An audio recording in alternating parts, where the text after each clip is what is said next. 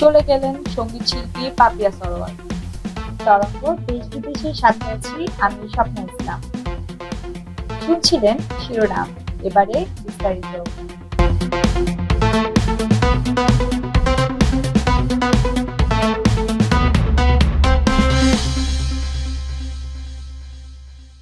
চলেই গেলেন ২১-এ পদকপ্রাপ্ত রবীন্দ্রসঙ্গীত শিল্পী পাপিয়া সরোয়ার।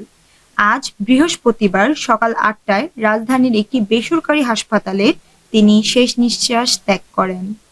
ইন্না লিল্লাহি ওয়া ইন্না ইলাইহি রাজিউন। মরদেহ আজ বারডেমের হিমঘরে রাখা হবে। কাল জুম্মার নামাজের পর জানাজা শেষে বনানী কবরস্থানে দাফন করা হবে। জানা গেছে, কয়েক বছর ধরে ক্যান্সারে ভুগছিলেন পাপিয়া।